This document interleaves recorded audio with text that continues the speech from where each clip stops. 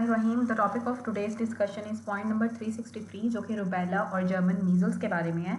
सबसे पहले तो ये कि जो जर्मन मीज़ल्स या रुबैला होती है ये अगर प्रेगनेंसी के अंदर इन्फेक्ट कर दे वमेन को, प्रेग्नेंट वमेन को, तो उससे बहुत सारी कंजेनिटल एनॉमलीज डेवलप हो जाती हैं। 3 इसकी मेन है। एक तो कंजेनिटल कैटरैक्ट हो जाता है, कंजेनिटल डेफनेस होती है, या फिर आपको कार्डिक डिफेक्ट्स होते हैं जिसके अंदर आपका पीडीए सबसे ज़्यादा कॉमन है।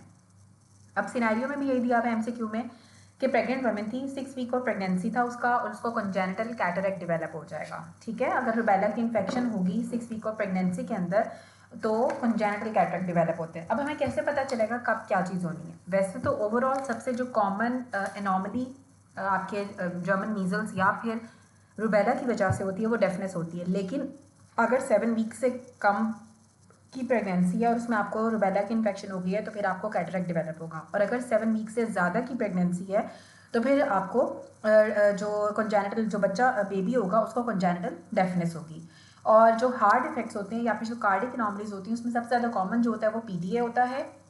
कंजेनिटल रुबैला को प्रिवेंट करने के लिए आपने रिप्रोडक्टिव एज के ऊपर एंटी रुबैला वैक्सीनेशन करानी होती है फीमेल्स की।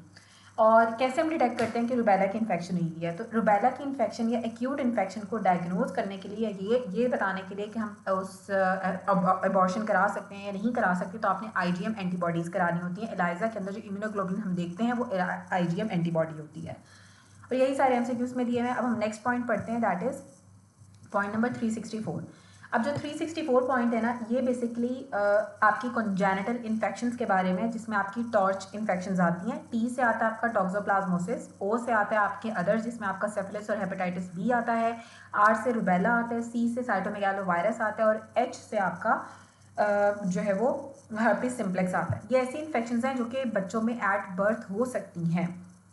सबसे पहले जो एमसीक्यू दिया हुआ है दैट इज सिफिलिस का। सिफिलिस हमने पहले भी पढ़ी थी 353 पॉइंट के अंदर, तो आप 353 पॉइंट वाली वीडियो देख लें तो उसमें आपको सिफिलिस का भी एक्सप्लेनेशन मिल जाएगी। पहले भी हमने पढ़ा कि जो सिफिलिस होती है उसमें एक तो चिंसन टीथ हो जाते हैं जो कि नॉच टीथ होते हैं न्यूबॉर्न बेबी के अंदर। कंजेनिटल सिफिलिस के अंदर 8th क्रेनियल नर्व की पैल्सी हो जाती है जो कि वेस्टिबुलोकॉक्लियर नर्व होती है, और इंटरस्टिशियल कैराटाइटिस डेवलप हो जाता है। आइज इफेक्ट होती हैं जिसमें कैराटाइटिस हो जाता है। अब पहले हम पढ़ते हैं टॉक्सोप्लाज्मोसिस टॉर्च इन्फेक्शंस में से। जो टॉक्सोप्लाज्मोसिस है टॉक्सोप्लाज्मा गोंडाई की वजह से होता है। ये एक पैरासाइट होता है। इसमें आपको ट्रायड मिलेगा। एक तो बच्चे का हाइड्रोसेफलस होगा जो कंजेनिटल टॉक्सोप्लाज्मोसिस होती है, साथ कोरियो रेटिनाइटिस होता है। उसकी कोरियन और रेटिना दोनों में ही आपकी जो है वो इन्फ्लामेशन डेवलप हो जाती है, और साथ हमें इंट्राक्रेनियल कैल्सिफिकेशन मिलती है। मतलब कि आपके ब्रेन को अफेक्ट कर रहा है, आपकी आइज को अफेक्ट कर रहा है, और साथ आपके इसमें हाइड्रोसेफलस हो रहा है, और ये एक पैरासाइट है। इसको भी डिटेक्ट करने के लिए हम आईजीएम एंटीबॉडीज चेक करते हैं तो हमें इन्फेक्शन का पता चल जाता है कि टॉक्सोप्लाज्मा की इन्फेक्शन हुई है।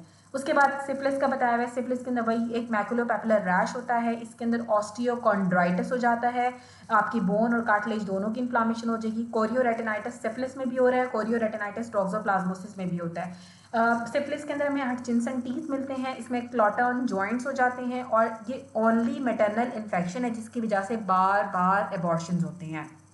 अगर एक मदर है उसको कोई इन्फेक्शन है जिसकी वजह से उसको बार बार एबॉर्शंस हो रहे होंगे तो उसको सिफिलिस होगी। और उसके बाद रुबैला बताया गया। रुबैला हमने पहले भी पढ़ लिया है कि उसमें कैटरैक्ट होता है, डेफनेस होती है, और हार्ट इफेक्ट्स होते हैं। हार्ट इफेक्ट्स में सबसे ज़्यादा कॉमन जो होता है वो पेटेंट डक्टस आर्टेरियोसिस होता है।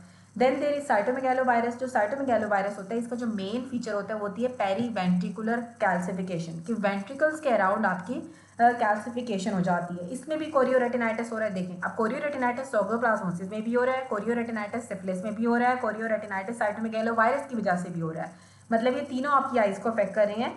साइटोमेगालोवायरस के अंदर एक मेन चीज़ होती है दैट इज पेरीवेंट्रिकुलर कैल्सिफिकेशन, और साथ इसमें माइक्रोकेफली हो जाएगी। बेबी का जो हेड है वो छोटा हो जाएगा, उसको हेयरिंग लॉस होगा, लेकिन इसमें सेंसरी न्यूरल हेयरिंग लॉस होगा।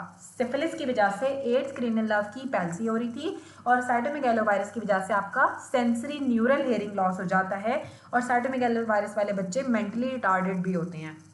उसके बाद आता है हर्पिस सिम्प्लेक्स। अब जो हर्पिस सिम्प्लेक्स होता है ना, इसकी 3 फॉर्म्स होती हैं डिजीज़ की। ठीक है, सबसे पहले तो ये कि इसमें सिर्फ और सिर्फ आपकी स्किन के ऊपर और क्यूटेनियस मेम्ब्रेन्स के ऊपर लीजन्स होंगे, जिसमें आपकी स्किन इन्वॉल्व हो सकती है, आपकी आइज इन्वॉल्व हो सकती है, और आपका माउथ इन्वॉल्व हो सकता है, और आपको केराटोकंजक्टिवाइटिस हो सकता है, आइज जब इन्वॉल्व होंगी। इसमें साथ एनकेफ्लाइटिस होता है जब ये ब्रेन को की इन्फ्लामेशन हो जाती है, और अगर ये बहुत सारे ऑर्गन्स को इन्फेक्ट कर ले जिसमें आपका लंग, लीवर और सेंट्रल नर्वस सिस्टम आते हैं, इसे हम डिसेमिनेटेड डिजीज़ कहते हैं। अब वो ऐसा अगर बच्चा हो जिसको रैश हो उसकी बॉडी के ऊपर, हमने पढ़ा कि हर्पीज सिम्प्लेक्स में भी रैश होता है, और साथ ये भी बताया हुआ कि मदर को कोई ट्रीटमेंट भी नहीं मिला हुआ और मदर से ये विजाइनली इन्फेक्शन ट्रांसमिट हुई है, तो उसको हर्पीज सिम्प्लेक्स होगा, क्योंकि हर्पीज सिम्प्लेक्स की एक हर्पीज जेनिटालिस फॉर्म होती है जो कि जेनिटल्स को अफेक्ट करती है, और अगर मदर ट्रीटेड नहीं होगी तो विजाइनली ट्रांसमिट हो सकती है बेबी के अंदर। उसके बाद जो नेक्स्ट दिया हुआ दैट इज पॉइंट नंबर 365।